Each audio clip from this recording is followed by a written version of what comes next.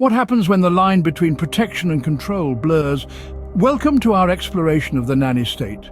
It's a concept that polarizes opinion, a delicate balance between safeguarding citizens and limiting their freedoms. Our aim? To peel back the layers of this complex topic. We'll examine the potential pitfalls of a state that might be just a little too caring, all while maintaining an unbiased perspective. So let's delve into this journey with an open mind and a thirst for understanding. Imagine a world where every decision, every action, is dictated by an overarching authority. This is the potential reality in an overreaching nanny state. When the state plays too active a role, it can lead to a chilling loss of personal freedom. It's like living in a house with walls that never stop closing in, squeezing out the space in which we can express our individuality, our creativity. For instance, consider an artist whose work is a reflection of their personal vision and spirit. What happens when that vision is curtailed by stringent state guidelines? The artist's freedom to create is stifled, their creativity overshadowed by rules and regulations. Overreach can also discourage entrepreneurial spirit. When the state controls every aspect of the market, it can dampen the drive to innovate, to take risks, and to grow. But the dangers don't stop at loss of freedom. What about our privacy? In the name of safety, are we willing to give up our privacy? The balance between security and freedom is a delicate one. As technology evolves, so does the capacity for surveillance.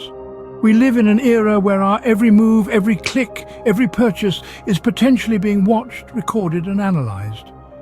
This wealth of data can be used for our protection, yes, but it also opens the door to privacy concerns. How much of our personal lives should be accessible to the state?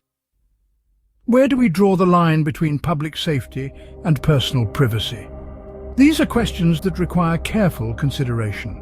The ethical dilemmas surrounding data usage are complex. There's a need for transparency, accountability, and stringent regulations to ensure our data isn't misused. Yet, even if we accept surveillance, can we trust the application of the rules? This is a question that underpins the debate on privacy and surveillance in the context of the nanny state. Rules are necessary, but what happens when they're not applied equally? The danger lies not only in the inconsistency, but in the erosion of trust that it breeds. Imagine a society where the rules are as unpredictable as the weather, changing with the whims of those in power.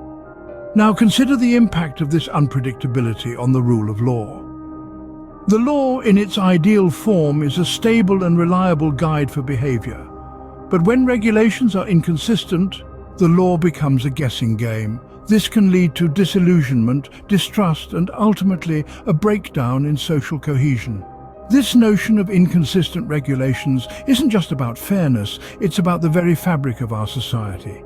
It's about trust in our institutions, faith in our leaders, and confidence in each other. As we navigate the landscape of rules and regulations, what happens to personal growth? Can a society thrive when individual growth is suppressed? This is a question we must consider when discussing the nanny state. When a government oversteps its boundaries, it may inadvertently discourage personal growth and innovation.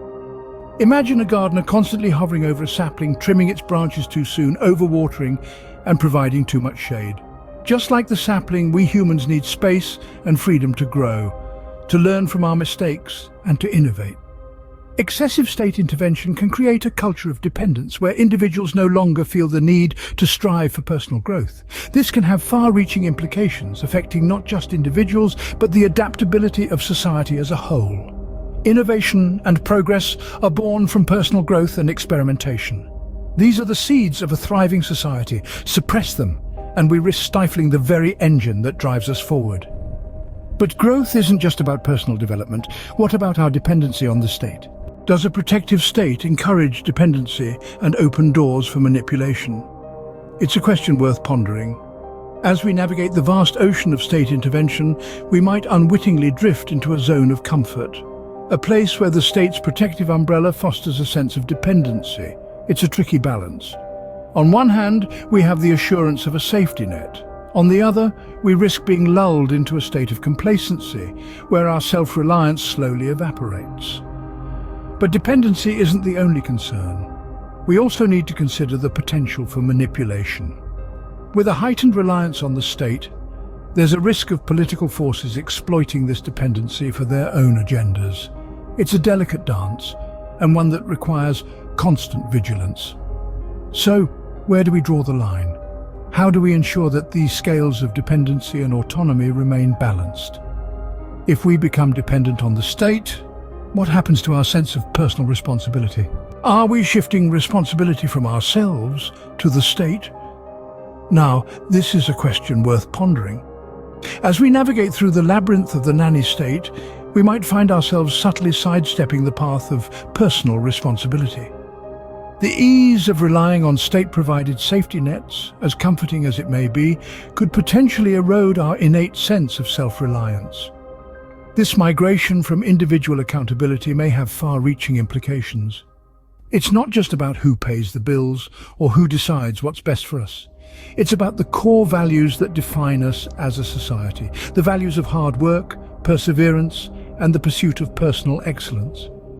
These values may start to fade away, replaced by a more passive acceptance of state-dictated directions.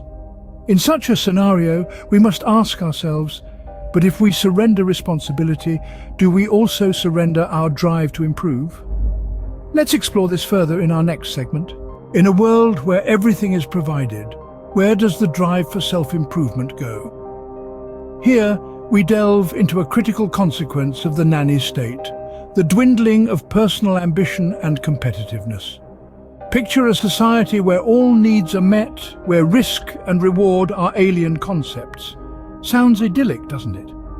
But what happens when there is no incentive to strive, no reason to push boundaries? We may find ourselves in a state of complacency, content with what is given rather than what could be achieved. The desire to innovate, to grow, to compete, these are fundamental human traits that drive progress and societal evolution. But when the state provides all, these traits may wither on the vine, leaving us in a comfortable but stagnant existence. As we navigate this complex issue, it's important to keep the conversation alive and balanced. The challenge is to strike the right balance between protection and freedom, nurturing growth without stifling ambition. The nanny state is a complex topic with both benefits and drawbacks. We've journeyed through its potential for overreach, privacy concerns, inconsistent regulations, the suppression of personal growth, fostering dependency, and even encouraging complacency. Each facet presents its own unique challenges and implications. But remember, these are not definitive outcomes, but possibilities that require consideration.